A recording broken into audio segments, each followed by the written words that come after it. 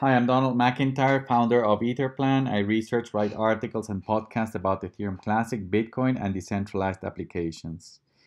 This series is Getting Started with Ethereum Classic, section Comparisons with Ethereum and Bitcoin. I'm going to read the article Ethereum Classic versus Ethereum 2.0. What is the difference? This is episode 19 of 50. Ethereum Classic versus Ethereum 2.0. What is the difference? Vitalik Buterin ideated Ethereum, a smart contracts blockchain, in 2013. In 2014, financing and development of the network started, and in July 30th of 2015, the network was launched. Ethereum is different than Bitcoin in that it can store and execute smart contracts, which are software programs that can be used as applications on the network. In 2016, one of the applications, called the DAO, was hacked, so the Ethereum community decided to fork the chain on July 20th of 2016 to return the money. As blockchains are meant to be trust minimized and immutable, a group of developers and users decided to continue the original Ethereum chain with no reversals of funds. This legacy chain became known as Ethereum Classic, while the forked irregular chain continued with the name Ethereum. In order to seek scalability, the Ethereum network will be upgraded in the near future to what is called Ethereum 2.0. This will mark a further departure from the original design. So, what is the difference between Ethereum Classic and Ethereum 2.0? As per their history and philosophy, it can be said that Ethereum Classic is a conservatively run system focused on security, and the upcoming Ethereum 2.0 is a progressively run system focused on performance. This clearly differentiates the market positioning for both blockchains. Following is a diagram that compares both networks. Cryptocurrency. Both networks are the same in that both have a native cryptocurrency with accounts and balances that can be transferred.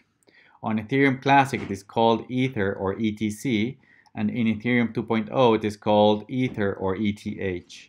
For convenience, they are generally called ETC and ETH, respectively, in the market. In both networks, the currency can be divided up to 10 to the 18, making the smallest unit, the Wei, 0.17 zeros and a 1 of 1 ETC or ETH. Smart contracts. Both networks also have a programming language called Solidity that is used to build programs that can be used as applications, scripts to operate IoT devices, or smart contracts between people and businesses. Note that, as explained above, these are just software programs that become decentralized when they are deployed and executed in the networks.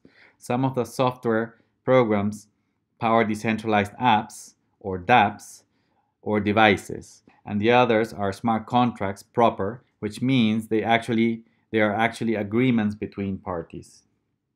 Consensus mechanism. This is where the differences start to emerge. As Bitcoin, Ethereum Classic uses a proof of work (POW) based consensus mechanism called Nakamoto consensus, which uses a process called mining. Proof of work based consensus is the major technological breakthrough of Bitcoin that enabled it to achieve such a high degree of security and value. It enables peer-to-peer blockchain networks to A. achieve consensus on the database state with a 50% fault tolerance. B. It imposes a significant cost to attackers to hack the network. And C. It imposes a cost for creating the currency, which is then used as a proxy for its value in the economy. Ethereum 2.0 uses proof of stake POS, which is a consensus model that does not use mining, therefore has a lower fault tolerance of 33%. It does not present a computational barrier for hackers and does not serve as a proxy for value in the economy. However, precisely for the lack of mining is that proof of stake can be used for scalability as it may achieve a higher throughput. Monetary policy. When both networks were unified, the schedule was to issue 5 Ether per block indefinitely. In 2018, Ethereum Classic changed its model to mimic Bitcoin to a perpetually fixed monetary policy with a supply cap, which means that it will gradually diminish the reward paid to miners. Currently, it is at 4 ETC per block, until it reaches a maximum amount of 210 million ETC by the end of the century. Ethereum 2.0 does not have a fixed monetary policy, therefore no cap, and the developer community is free to change it whenever they see fit. In fact, since Ethereum forked from Ethereum Classic, the reward per block has migrated from the original 5 to 3 to 2 ETH. Currently, the policy of ETH 2.0 developers is that it will continue to be flexible, that supply may be changed upwards or downwards, and there are even several proposals being analyzed to continue changing the supply, which include changing the destination of the funds. This variability, based on subjective decision making, makes ETH 2.0 monetary policy much more uncertain as compared to the fixed model that ETC follows. Database. In blockchain networks, the database model is a critical part of their security. The basic principle is that the blockchain has to be identically replicated in all and as many nodes as possible. The logic is that this extreme redundancy can not only protect the integrity of the database, which contains money, property, agreements, and other important decentralized programs, but it can survive even a nuclear war. In the case of Ethereum Classic, this model is preserved, so the blockchain is and will always be fully replicated in all nodes globally. As Ethereum 2.0 prioritizes scalability, it followed the strategy of fragmenting the database into smaller groups of nodes. This fragmentation is called sharding. Therefore, ETH 2.0 is a network of separated shards of data instead of fully replicated copies. Again, this design choice does enable a higher throughput for the aggregate network. High security. As Ethereum Classic has a priority to preserve the integrity of the blockchain over scalability and performance, and to maximize trust minimization globally, its design revolves around the most secure components and models. This is why the consensus mechanism is proof of work based and will be for the foreseeable future. The monetary policy is fixed and capped to guarantee property rights of ETC holders, and the database will always be fully replicated as it is an unavoidable physical reality that full replication is safer than fragmentation. This is why ETC is marked as a yes in this feature. In the case of Ethereum 2.0, it was marked as an X because it is not totally a no.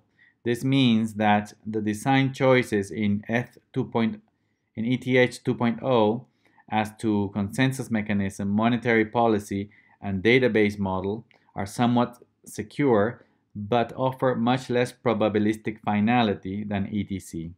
This makes Ethereum 2.0 similar to traditional systems, much more dependent on subjective management of the network, which in turn makes it less socially scalable. High performance. In this feature, the situation between the networks flips. As Ethereum 2.0 has a priority to be as scalable as possible, its design revolves around faster technologies and what they call weak subjectivity, which is the manual management of the network whenever it breaks. This is why Ethereum 2.0 uses proof of stake as a consensus mechanism, has a flexible monetary policy with no supply cap, and the database is fragmented so more shards can process more transactions collectively. As a comparison, ETC currently has a throughput of 680,000 transactions a day. This is perfectly comparable to high-value systems such as Fedwire in the US and Target 2 in the European Union, who settle more or less $11 trillion a day. However, Ethereum 2.0 will handle many times that amount of transactions. This means ETH 2.0 will be perfectly comparable in small transaction performance to PayPal, Visa, or even the proposed Libra currency by Facebook. If ETC is highly secure but not as scalable, and ETH is highly scalable but not as secure, what are they good for? There are several forces that will reorganize the current state of the blockchain industry into much fewer surviving but larger chains, and those systems will likely be layered according to their security and performance profiles. Based on the description above, due to its scalability, Ethereum 2.0 seems to be a system that will be very adequate to service consumers and enterprise who will need to process high volume, low value transactions. In the case of Ethereum Classic, it will be very adequate to process low volume, high value transactions. This means that ETC will likely be a layer 1, L1, high security network, and ETH 2.0 will likely be a layer 2, L2, high performance network. Another idea is that ETC and ETH could actually complement each other.